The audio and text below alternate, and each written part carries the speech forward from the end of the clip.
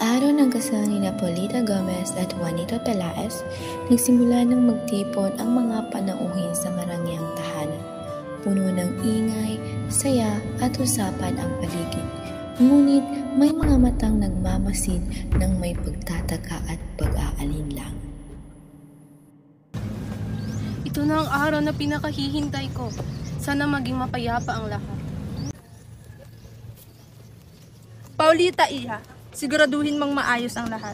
Walang sino man ang makakasira sa okasyong ito. Huwag kayong mag-alala. Ako yung pinakamabuting mapapangasawa ni Paulita.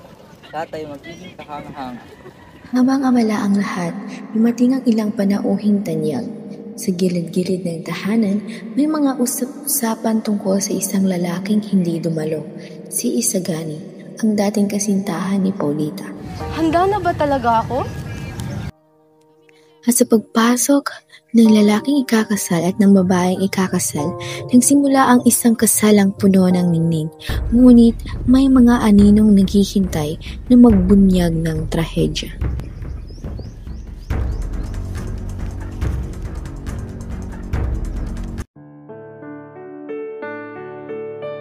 Paulita, iha, ang ganda-ganda mo. Bagay na bagay talaga kayo ngayon.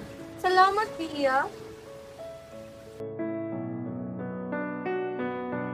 Sa ngalan ng Ama, ng Anak, at ng Espiritu Santo, ikaw, Juanito, tinatanggap mo bang maging kabiyak si Paulita? Opo. At naman, Paulita, tinatanggap mo bang maging kabiyak si Juanito? Opo, Padre. Sa araw na ito, kayo ay ganap ng mag-asawa.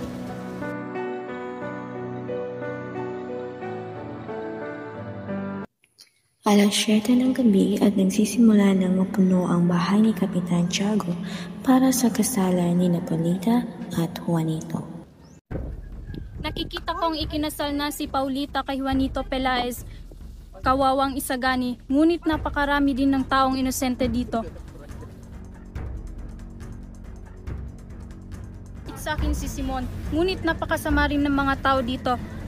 Pero dapat ko bang hayaang mamatay na lamang ang mga taong inosente?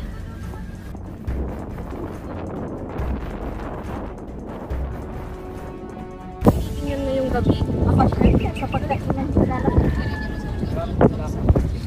Walang anuman po. Ingatan niyo yung lampara na yan. Yan ang nagbibigay ng swerte sa inyong mag-asawa. Salamat doon, Simon. Papasukin mo ako, kailangan ko silang iligtas. Hindi maaari.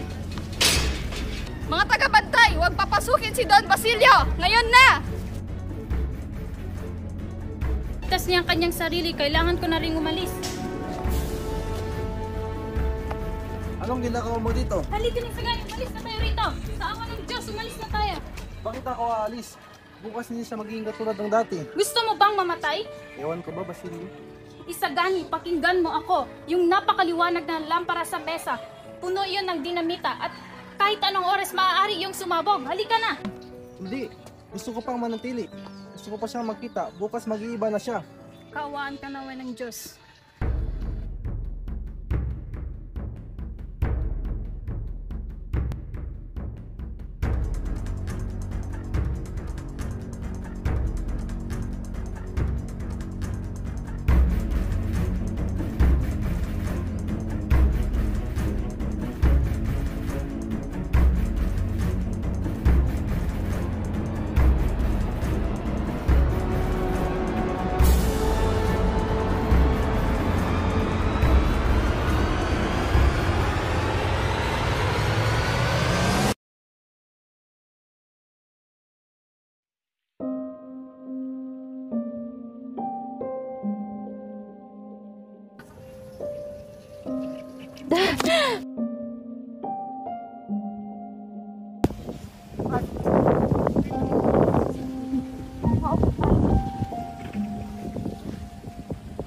Maupo ka rito.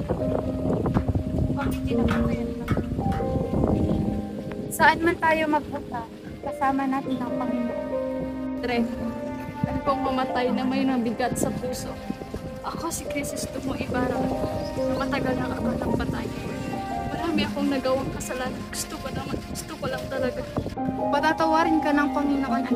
Alam niyang biktima ka ng galit at paglitan. May plano siya para sa iyo. Bakit sa tingin mo nagustuhan ko na po sa Hindi ko masabi kung ano ang isip ng Diyos. Ngunit kailanman hindi siya nagnanais ng kasamaan. Bakit ako hindi niya sinumantahan, Padre? Dahil mali ang paraan mo, hindi kailanman makakalikha ng kabutihan ng galit.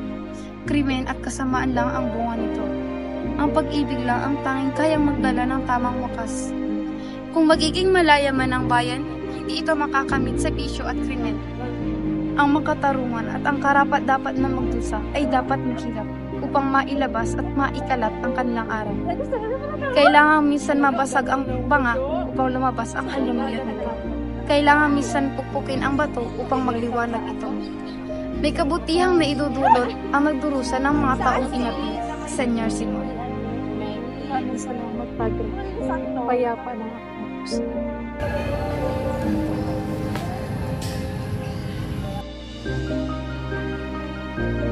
Natagpuan ni Padre Florentino ang mga natirang alahas ni Simon. Inihagis niya ito sa karagatan, umaasang hindi ito magagamit ng mga saking, kundi ng mga taong may mabuting layunin balang araw. Ang kasal ni Polita at Juanito ay nagpapakita na hindi dapat mag-asawa dahil sa pera, impluensya o dikta ng ibang tao. Dahil nawawala ang tunay na kaligayahan kapag hindi sinunod ang sariling damdamin. Kaugnay nito, ipinapakita naman sa kilos ni Simon na ang paghihiganti at dahas ay hindi nagdudulot ng mabuting bunga at lalo lamang nakakasama.